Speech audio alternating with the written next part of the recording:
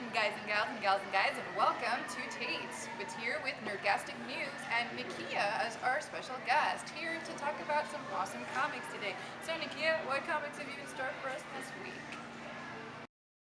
Hey everybody, Nakia again. So this week I picked books that I didn't want to read, only because I figure, we got to do all of them. Not just the books that I like, but the books that I might not like, because you never know what's going to be great. So, first one, Smallville, issue number 3, Lantern. So it's an offshoot side story to the regular ongoing Smallville comic, and it's basically focusing on the Green Lanterns. This is issue 3, but just to play a little catch up with you, it introduces Parallax, and I guess Hal Jordan is dead, and Alan Scott is missing. So Superman has a Green Lantern ring, and him and John Stewart are in space fighting Parallax. Parallax has kidnapped all the Guardians, and he's holding them hostage. I feel like jumping into issue 3 was a little weird because I had to play catch up, but we're just going to review this book. I'm going to try and get through it. It's very painful. John Stewart gets caught, Superman escapes, and is going to head to Earth because Parallax has decided to send 1 billion yellow rings to Earth. Because they're going to grab people, they're going to feed him with evil, and he's going to take over the universe. So like the Green Lantern movie, only better. So, Superman gets to Earth, all the rings have wound up in Gotham City, so Batman and his sidekicks are getting beat up by Lantern people. Superman shows up to help out, and then it gets all really convoluted and muddled, and John Stewart somehow turns evil at the end. It's not a great book. I don't know why I chose to read it. They had Batman on the cover, they lured me in. It was a trap. It was a horrible book. However, I'll probably read the next issue just so I can get to the end of this, because I don't like leaving stuff half done, but I wouldn't recommend this book right here. It was horrible, it was atrocious. I cried a little at the end of it. If they're trying to make me cry, it worked. Tears, real tears, Indian tears. Wolverine. If anybody knows me, they know how much I hate this guy. But he's going to die. Hooray! He's probably not going to stay dead. Ooh. So, Wolverine, 3 months to die, issue number 8. Now,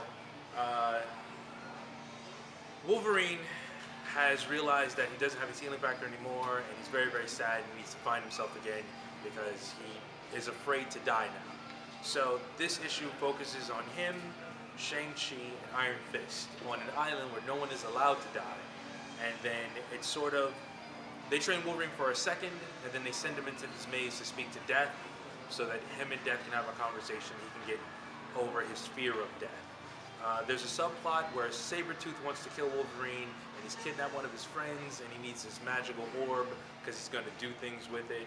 And the issue ends on a nice note because the next issue looks like it's just going to focus on Shang-Chi and Iron Fist defending the island from a bunch of ninjas, while Wolverine is still walking around talking to Death.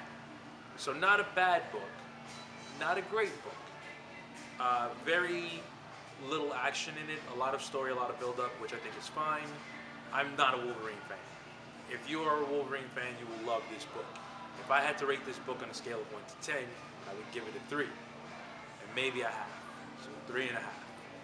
I'm going to read the next issue. I feel like I should. Jumping in the middle of the story, but whatever. It's Shang-Chi. I like Shang-Chi and I like Iron Fist. And as long as they stay in this book, I'll keep reading this book. They leave this book and it's just Wolverine and how sad he is that he's going to die finally. I don't care. You tried to kill Wolverine a year ago in a story called The Death of Wolverine, and now we're doing it again. I don't care. 3.5. That's what I rate this book. Don't worry. Alright, Figment issue number 1. I was really excited about this book because it's a step away from the usual superhero thing. So I was really excited. It focuses on this guy, the scientist. His name is Blair. And he works at this prestigious science company, and I guess his family's a potato farming family, and he's really poor. So they recruited him in here because he's a genius. And he gets in trouble because he is working on a new source of energy, and it's using mental powers. And his boss is like, no, we need something that's concrete and not your flights of fancy. So he works on the machine, he builds it, he fixes it, and then it brings this dragon to life, which apparently was his childhood imaginary friend. So the dragon comes to life, he's trying to keep the dragon secret, and his boss is worried. He gives him a week to give him something concrete. So he spends a week trying to perfect the mind machine. And then when he perfects it, the boss comes in, he tests it out, it opens a giant wormhole, the boss is freaking out, he's freaking out, the dragon's freaking out. And then he gets sucked into the wormhole with the dragon, and then it looks like the portal closes. And that's kind of where the issue ends off. So it looks like it's just going to be the science dude and his pet imaginary dragon and the land of make-believe. And it seems, it's fun. It was a fun ride. I liked it. If I had to rate it scale of 1 to 10, I'd give it a 9. It's great. The art's good. The story's good. The premise is great. So I like where this book is going. I will continue to read this book as long as it stays good. And so far, I feel like I'm on a good ride, is how I feel. So those are my books. Those are my reviews. I hope you enjoyed them. I'm glad to be back. I've been gone for a little while. Now I'm back. Permanently. I said it. Permanently. Use the big word. 4 syllables. Permanently. Today. Today. Always. Forever. Thanks for that awesome review, Nikia, as always, and it's glad to have you here permanently this time. Every day. All day, every day. Every day. Please check us out on Facebook and like Nerdgastic News. Also, check out